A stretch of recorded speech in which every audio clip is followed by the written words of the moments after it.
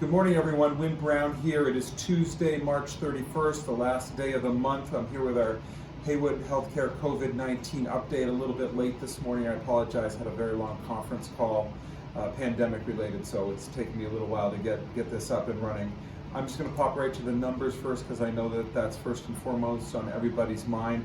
To date, we have tested 439 patients, inpatients and outpatients. 183 back with no virus detected. We are at 26 positive in the community for those that we have tested, 12.4% rate of positivity. In Haywood Hospital, we have 12 patients who are rule outs, patients under investigation. We're waiting for their test to come back and 4 positives.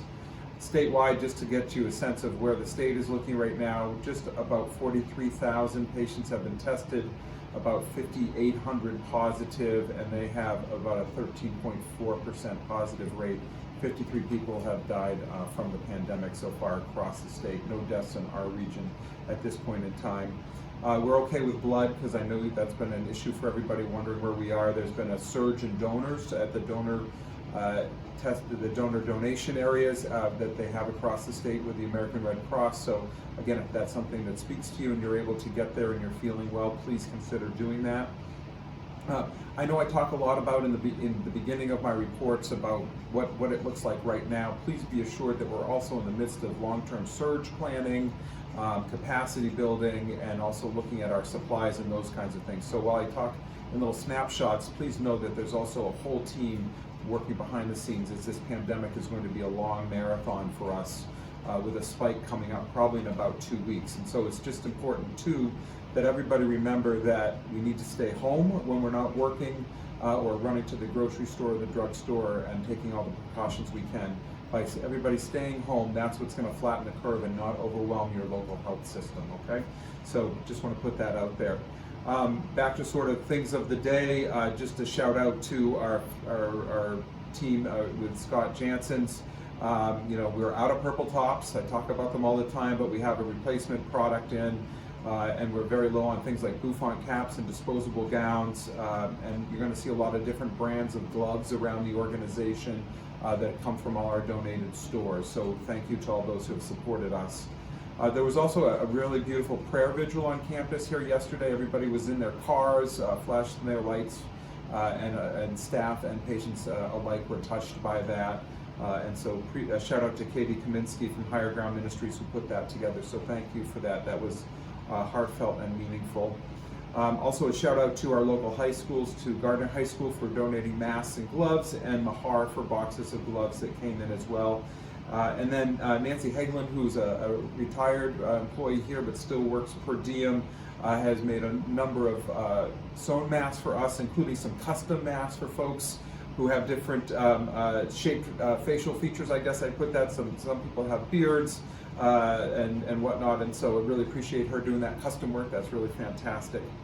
And so keep those things coming and supporting us in any way you can in the community. It's very important. You can also go on our website and find out ways to support us, including gifts online.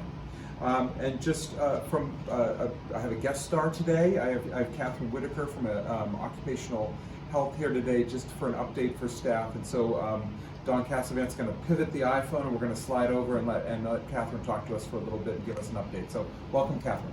Thank you. So I just wanted to share some information from an employee health standpoint. So there's a lot of concern about employee exposure to either potential or confirmed COVID.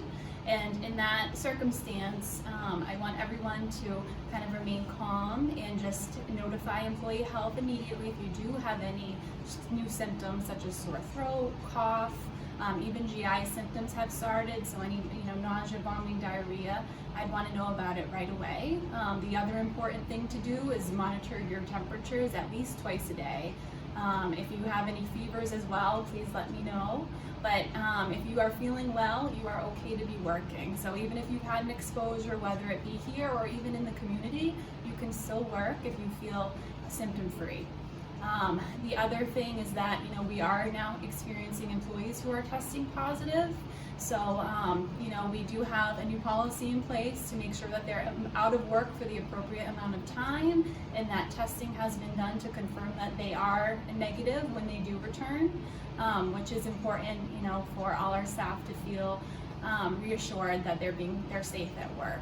And if anyone has any questions at any time, feel free to call me at Employee Health or email as well. I will respond hopefully quickly to you. And essentially the most important things are hand washing, the use of correct PPE if available, and just being safe and cautious. And thank you everyone for the hard work that you're doing.